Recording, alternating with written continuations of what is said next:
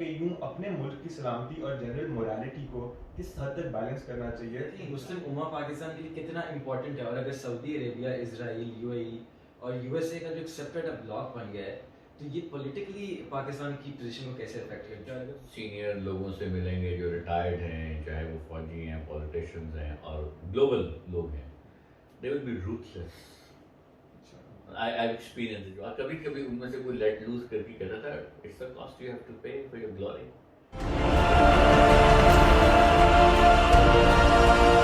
پاکستان کے ایک top international law specialist ہیں، وکالت میں ان کا ایک بہت رتبہ ہے، اور international research institute of international law کے فاؤنڈنگ پریزیڈنٹ بھی ہیں مسٹر احمد بلال صوفی.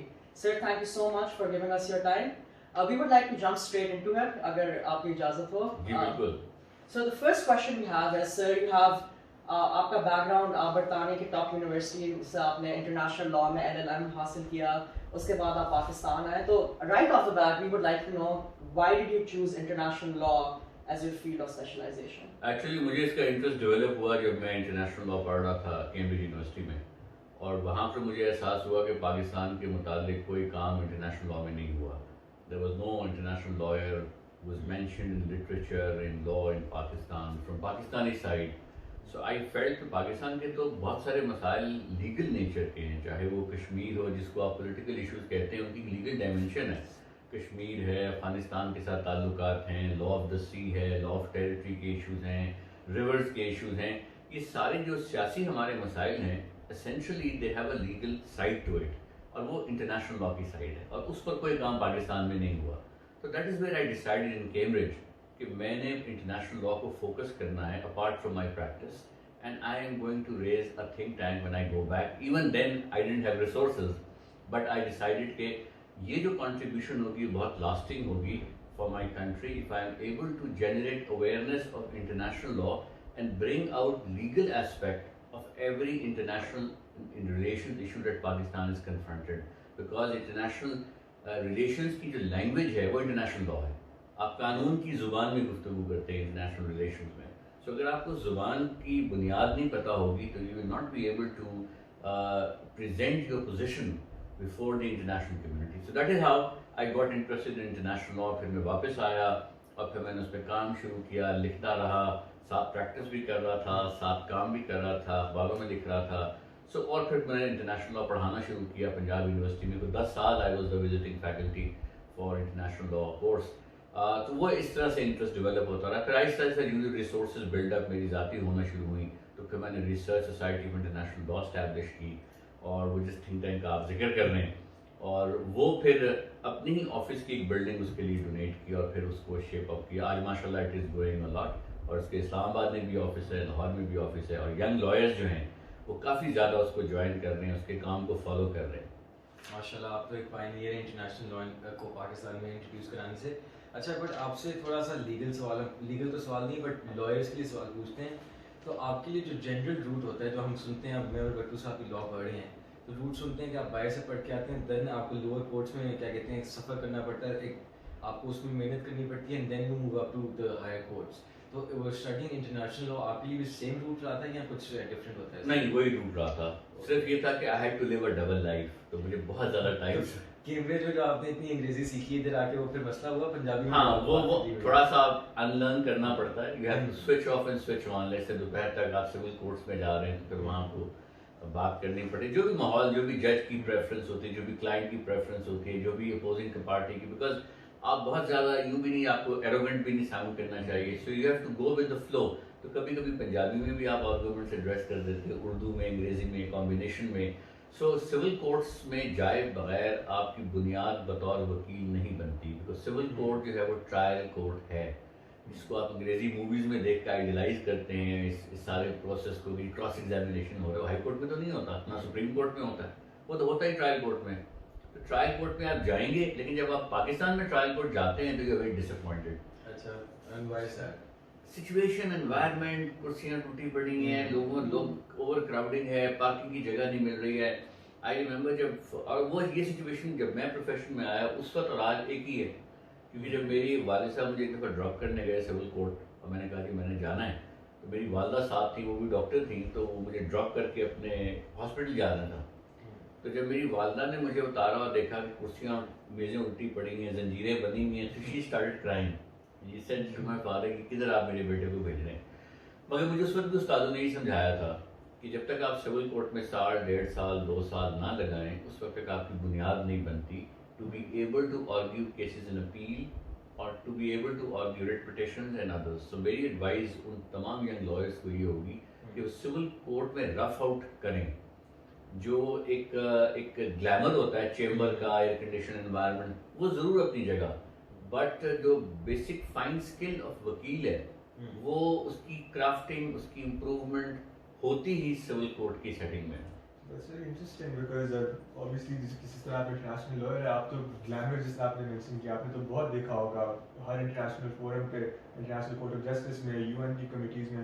تو آپ کس طرح کانٹریسٹ کرتے ہیں کہ پاکستان کی لیگل سسٹم اور انٹرنیشنل لیگل سسٹم، آپ کی کیا میں بہتریاں کیا لے جا سکتی ہیں؟ دیکھیے، ایک تو آپ کی ایٹیچیوڈ ڈیولپ ہو جاتا ہے، کیونکہ ایک طرف آپ اکیڈیمک طور پر انٹرنیشنل لا پڑھ رہے ہیں اور انٹرنیشنل لا میں انٹرسٹ لے رہے ہیں، UN کے فورمز میں انٹرنیشنل لا پہ بات کر رہے ہیں، چاہے وہ بات کسی ملٹی لیٹرل کنونشن کے اوپر ہے، چاہے وہ بات کسی ایسی کنونشن میں جس میں کوئی اوفینسز فریم ہو رہے ہیں.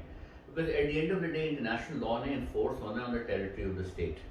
اب ٹیریٹری آف دا اسٹیٹ پہ انفورسمنٹ ہونے کے لیے آپ وہیں پہ آ جاتے ہیں کہ انویسٹیگیٹنگ آفیسر کیا کرے گا، سول کورٹ کیا کرے گا، ڈگری کیسے ایکسیکیوٹ ہوگی، اور جو کنونشن کی فائن پوائنٹس ہیں وہ ایکسیکیوٹ، چاہے وہ انوائرمنٹل کنونشن ہے، چاہے وہ کلچرل پراپرٹی سے ریلیٹڈ ہے کہ آپ نے ٹیکسلا کو پروٹیکشن دینی ہے، شالامار گارڈن کو پروٹیکشن دینی ہے، تو بھی اس کی انفورسمنٹ تو زمین پر اس اسسٹنٹ کمشنر نے کرنی، آپ نے بطور وکیل کرنی ہے.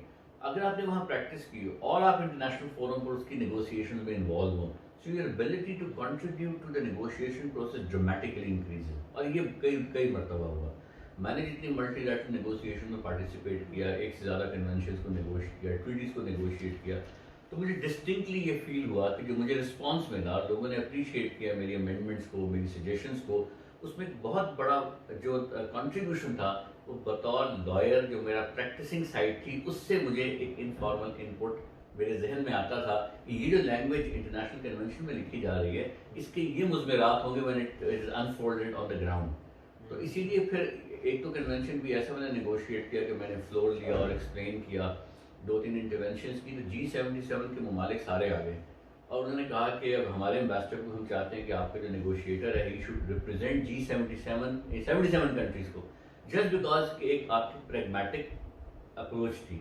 سو یہ بڑا انٹرسٹنگ کمبینیشن ہو جاتا ہے کہ آپ کا اکیڈیمک ورک اس میں آپ انٹرسٹ لے رہے ہیں، your treaties, which looks very flashy and glamorous, is combined with your experience of your roughing it out, and together it forms a formidable combination of contribution. That's very interesting. I think that's a great topic to get into the nitty-gritties of your experience on the international level. اب ہمارے جیسے for example جو اکثر international dispute ہیں they're directly with our neighbors, in particular India کے ساتھ ہمارے اکثر ڈسپیوٹ ہوتا ہے، لیکن بہرحال آپ نے اور بھی بہت ڈفرینٹ ممالک کے لائر سے آپ نے انٹریکٹ ضرور کیا ہوگا. تو آپ کی جو انٹریکشنز ہوتی ہیں ڈفرینٹ وکیلوں کے ساتھ جو انٹرنیشنل لا اسپیشلسٹس ہوتے ہیں، ان کے بارے میں آپ ہمارے ویورس کو ذرا بتائیں، especially your Indian counterparts I would say, but also from other countries. یہ آپ نے بڑی اچھی بات کی. دیکھیے آپ بھی انٹرنیشنل یونیورسٹیز میں پڑھ رہے ہیں، آپ کے ساتھ انڈین، بنگلہ دیشی، سری لنکن بے شمار لوگ پڑھتے ہیں. آپ نے نوٹ کیا ہوگا جب آپ کسی ڈسپلن میں کامن گراؤنڈ کور کرتے ہیں تو کامنالٹیز انکریز ہو جاتی ہیں. You are able to connect with each other, you are able to understand each other better, and you are able to bring examples to the table. چاہے sociology پڑھ رہے ہیں، چاہے آپ لا پڑھ رہے ہیں، آپ کہتے ہیں انڈیا میں یہ لا ہے، پاکستان میں یہ لا ہے، بنگلہ دیش میں یہ لا ہے، سری لنکا، ہاں ہمارے یہاں بھی یہ لا ہے، ہمارے یہاں سے کامنالٹی یو کنیکٹ. تو اسی لیے میں نے اپنی ریسنٹ لاسٹ فیو ایئرز میں نے ایک مومنٹم شروع کیا لیگل ڈپلومیسی کا فار امپروونگ ریلیشنز. اچھا، اب تک جو ڈپلومیسی ہوتی ہے وہ ہوتی ہے amongst the civil servants, so foreign office to foreign office, یا ڈپلومیسی ہوتی ہے from agency to agency, institution to institution. میں یہ کہتا ہوں کہ there should be legal diplomacy کو ہمیں کھولنا چاہیے، یعنی lawyer to lawyer. Me in Pakistan, with somebody in India, should speak on issues that are troubling us in relationship. We are able to better understand that. Me in Pakistan as a lawyer, aap in Pakistan as a legal team, why should you interact with lawyers in Afghanistan اور lawyers ان بنگلہ دیش جن کے ساتھ کوئی ہمارا issue ہے یا کوئی ایشو نہ بھی ہو تو بھی انٹریکشن سے you are able to streamline. Legal diplomacy ابھی تک فارملی ایکسپلور نہیں کی گئی. میں یہ سمجھتا ہوں کہ لیگل ڈپلومیسی جب آپ ایکسپلور کرتے ہیں تو آپ کامن گراؤنڈ آئیڈینٹیفائی کرتے ہیں. تو چونکہ دوسری سائڈ پہ بھی وکیل ہوگا اور آپ نے یہ دیکھا ہوگا اور آپ دیکھیں گے کہ آپ کا جو ایریا ہے گروپ ہے as you grow in life آپ کے جو کلاس فیلوز ہیں سویز کے ہارورڈ کے سسیکس کے کسی اور بھی لا اسکولز وغیرہ کے they will also grow in their areas. میرے جو کنٹمپریز کیمبرج میں میرے ساتھ تھے وہ اب انڈیا میں بنگلہ دیش میں یو کے میں کہیں اور کئی مختلف جگہوں میں پہنچے ہوئے ہیں. So one is able to connect with them very comfortably to argue opposing یار میرا ملک یہ سوچ رہا ہے تم ایسے کیوں نہیں کرتے. اور لائرز جو ہیں وہ ٹریڈیشنلی پرابلم سالونگ کی طرف لے کے جاتے ہیں ڈسپیوٹ کو ریزالو کرتے ہیں. سو اگر آپ کا وہ پریکٹیو ایٹیٹیوڈ جو آپ نے مجھ سے سوال کیا کہ جو لائرز دوسری سائڈ کے سب لوگ سمجھدار ہوتے ہیں ہر لیگل کمیونٹی اپنے ملک کا انٹرسٹ واچ کرتی ہے لیکن ان میں ایک انہیرنٹ فلیکسیبلٹی بیکاز وکیل سمجھ سکتا ہے جب میں اسے سمجھاؤں گا دیکھیے کشمیر کے ایشو پہ آپ کی یہاں کمزوری ہے یہاں ویکنیس ہے یہاں ہماری کمزوری ہے تو نہ بیٹھ کے اس ایشو کے ایسے ایسے ایسے کر لیں تو بات فوراً سمجھ میں آنا شروع ہو جائے گی. یا سیاچین پر دیکھیے کونکیو کوسٹ لائن ہے NJ 9842 انٹرنیشنل لا یہ کہتا ہے یا سر کریک کے اوپر ٹھیک ہے کہ بھائی law of the sea convention. تو ہمارے پاس ایک کامن گراؤنڈ ہوتا ہے to discuss and debate an issue. یہ کامن گراؤنڈ جو ہیں وہ چونکہ فارن آفیسز ہسٹورک پوزیشنز میں وہ تھوڑا سا فروزن موڈ میں ہوتے ہیں بڑے فرم اور افرمیٹیو موڈ میں ہوتے ہیں تو وہ فلیکسیبل کم ہوتے ہیں. تو لیگل کمیونٹی یا لیگل گرڈ جو ہے وہ آپ کو ایک بڑا ریمارکیبل کمفرٹ زون دیتی ہے بیکاز آپ ہی کے کولیگز کل کو یونائٹیڈ نیشنز کی لیگل ڈویژن میں بیٹھے ہوں گے آپ ہی کے کولیگز جو ہیں وہ کوئی جیک برانچ میں UK میں بیٹھا ہوگا کوئی جو ہے وہ رشین گورنمنٹ میں بیٹھا ہوگا. So if you stay connected you are able to improve ties so you are able to contribute to global peace and regional peace as well. صوفی صاحب اکثر ہم دیکھتے ہیں ان جس طرح نے مینشن کیا ڈپلومیٹس کی ان کی جو ڈپلومیسی ہوتی ہے فارن آفس والوں کی اکثر پاکستان اور انڈیا کے ریپرزینٹیوز آمنے سامنے ہوتے ہیں. اس طرح ابھی کچھ ریسنٹلی ہم نے دیکھا کہ عمران خان صاحب کی جنرل اسمبلی اسپیچ میں انڈیا کا ڈپلومیٹ اٹھ کے ہی واک آؤٹ یا اکثر UN پہ Pakistan is bashing India India is bashing Pakistan. کیا آپ کے ایکسپیرینس میں لائر میں بھی یہ رواج ہے زیادہ ہے یا کم ہے جب کیسز ہوتے ہیں جس طرح کلبھوشن جادو کا کیس ہوتا ہے have you ever experience such hostilities personally? تھوڑی سی ہوتی ہے لیکن پھر بھی you are still able to connect. آپ اسٹیپ آؤٹ کرتے ہیں جب کورٹ سے باہر you are able to connect. ٹھیک ہے. اب ایک اور کیس تھا جو RMI کا تھا ریپبلک آف مارشل آئلینڈز کا کیس تھا بڑا مشہور جس میں یہ کہا گیا تھا کہ NPT کی انٹرپریٹیشن تھی کہ جو NPT اسٹیٹس ہیں اور جو نیوکلیئر پاور اسٹیٹس ہیں دے شوڈ ڈس آرم اپنا نیوکلیئر پروگرام کو ڈس آرم کریں. اب وہاں بڑی انٹرسٹنگ ڈیولپمنٹ ہوئی کچھ ملک چاہ رہے تھے کہ ان کے وکیل بیٹھ کے اکٹھے تیاری کریں جس میں انڈیا بھی تھا کہ پاکستان کو اس میں ہماری پوزیشن سامنے آ گئی تھی. اسی طرح کئی اور ملٹی لیٹرل فورمز پر ہوتا ہے ایسے کہ کئی ایسی جگہیں جہاں پر انڈین لائرز آپ کے ساتھ دے وانٹ ٹو کنٹریبیوٹ کہ بھئی ہماری اور آپ کی پوزیشن ریجنلی ٹوگیدر ہے. لیکن جو لارجر ایشو ہے جس طرح پرائم منسٹر کی اسپیچ ہے وہ تو ایک پوزیشن ہے نا اور وہ پوزیشن بھی ضروری اس لیے ہے بیکاز اگر ایک چیز آپ کو کینڈیڈلی نظر آ رہی ہے کہ یہ سب کچھ ہو رہا ہے اور انڈیا میں مسلمانوں کے خلاف ایک نقطہ نظر بلڈ اپ ہو رہا ہے یا ویجیلانٹیز وہاں پر ہیں تو وہ آپ کو تو کہنا ہے that is something that is your state responsibility کہ اور انٹرنیشنل لا میں it requires you to take that position. اب اس کے علاوہ کئی اور واقعات ہیں جو گزشتہ 10-15 سال میں ہم نے دیکھے جن کی نیچر لیگل ہے چاہے ممبئی ٹرائل ہے چاہے پٹھان کوٹ کا انسیڈنس ہے چاہے سمجھوتا ایکسپریس کا ہے وہ لیگل کیسز ہیں نا. تو اس لیے میرا یہ موقف تھا کہ لیگل معاملات جو ملکوں کے درمیان تلخی پیدا کرتے ہیں اس میں لیگل ڈپلومیسی کو انوالو کرنا چاہیے. Very very great initiative. آپ ایک تو دس از امیزنگ کہ آپ نے لیگل ڈپلومیسی کے لیے کوئی کام کیا اور پاکستان کی ڈپلومیٹک ٹائز کو امپروو کرنے کی بات کی ہے. بہت ضروری ہے میں تو یہ سمجھتا ہوں پرسنلی. بٹ بٹو نے بھی ذکر کیا کلبھوشن یادو کا تو آپ کا بے تحاشا ایکسپوجر ہے اسپیشلی انٹرنیشنل ریلیشنس میں لا میں پاکستان فارن پالیسی میں. تو ڈو یو تھنک کہ کلبھوشن یادو کی جو اسٹوری ہے وہ ایکوریٹلی پبلک کو پتہ چل رہی ہے یا کوئی ایسی چیزیں ہیں جو پبلک کو نہیں مس ریپرزینٹ ہو رہی ہیں کچھ چیزیں؟ دیکھیے اس کو میں لا سے شروع کروں گا سنس وی آر آل آپ بھی لیگل کمیونٹی سے تعلق رکھتے ہیں. انٹرنیشنل لا میں ایک بیسک پرنسپل 1945 میں UN چارٹر میں آ گیا اور وہ یہ تھا نان انٹرونشن کا کہ جب آپ نے دنیا میں آپ کی سرحدیں فائنلٹی اٹین کر گئی 1945 میں تب آپ اس کو چھیڑیں گے نہیں حملہ نہیں کریں گے دوسرے ملک میں گھسیں گے نہیں اگر آپ نے اپنے جہاز بھی اس کے ملک کے ایئر اسپیس سے گزارنے ہیں تو کوئی پرمیشن لیں گے. انٹرنیشنل سول ایویشن آرگنائزیشن کے نیچے آپ سائن کریں گے اور کوئی اجازت دیں گے کہ یہ تمہارا ایئر کوریڈور ہے, تو کوئی شخص نہیں انٹر ہو سکتا. ویزا چاہیے, ویزا ملے گا تو آپ کو پرمیشن ہے کہ آپ اس ملک میں آ جائیں, اور وغیرہ وغیرہ. سو اس کانٹیکس میں اگر آپ دیکھیں تو کسی ملک کی جو خطہ ہے, کسی ملک کا جو ٹیریٹری ہے, اس کی ایک سینکٹیٹی ہے, اس کو انٹروین نہیں کیا جا سکتا, اس میں انٹرجیکٹ نہیں کیا جا سکتا. اب اسی لیے جنگ کو ناجائز قرار دیا گیا, بیکاز جنگ میں یہ ہے کہ آپ بیسیکلی ٹائٹل کلیم کرتے ہیں دوسری ٹیریٹری کا, تو وہ آپ کر ہی نہیں سکتے 1945 پہ. اسی لیے ہر طرح کی انٹرونشن کو ناجائز قرار دے دیا گیا. انٹرونشن انڈیویجول کی بھی ہو سکتی ہے, اسپائی کی بھی ہو سکتی ہے, جاسوس کی بھی ہو سکتی ہے, تخریب کار کی بھی ہو سکتی ہے. یہ سب چیزیں انلیگل ہیں انٹرنیشنل لا. سو اگر کوئی شخص آتا ہے, چونکہ اسپائنگ اور اس طرح کے لوگوں کو بھیجنا جو ان آتھورائزڈ ہیں اگینسٹ انٹرنیشنل لا ہے, تو اس لیے جب بھی اسپائی کو ڈس اون کر دیتی ہے ریاست, وہ کبھی اون نہیں کرتی میرا اسپائی ہے, بھیجنے والی ریاست نے اگر آپ پکڑا جائے نہیں پتہ نہیں کون ہے, آپ خود دیکھیے, کیونکہ وہ تو پھر انلیگیلٹی ایڈمٹ کر رہی ہے.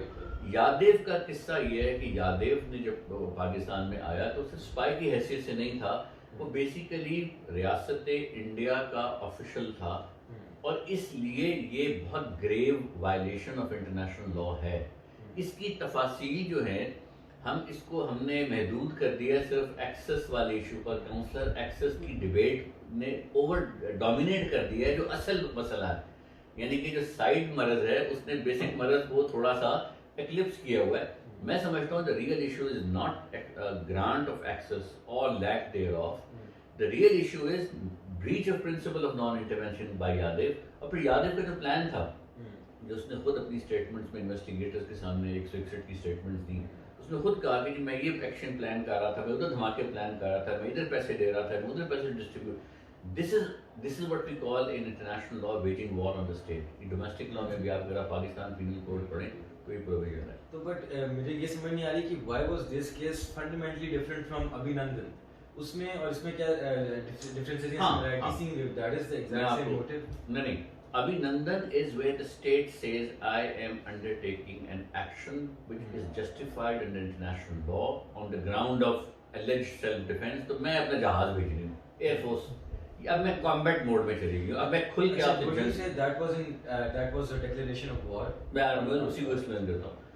جب وہ جہاز پاکستان کی ٹیریٹری کے اندر آیا, ایل او سی پہ ویسی جسے ہم آرم کانفلکٹ کی زون کہتے ہیں, وہاں پر آئے تو اس پر ہوسٹائل ایکشن, اس پر سچویشن آف وار, ہم نے اسے شوٹ ڈاؤن کیا, وہ گر گیا. جب وہ گرتا ہے تو اس کا لیگل اسٹیٹس پائے کرنی, اس کا legal status prisoners of war کا ہے, he is a P O W. پھر جنیوا کنونشن ٹریگر ہو جاتا ہے. اور جب آپ اس کو واپس بھیجتے ہیں تو آپ ایک پی او ڈبلیو کو فار این انڈیفینٹ پیریڈ ریٹین کر سکتے ہیں جب تک ہاسٹیلیٹیز ختم نہ ہوں.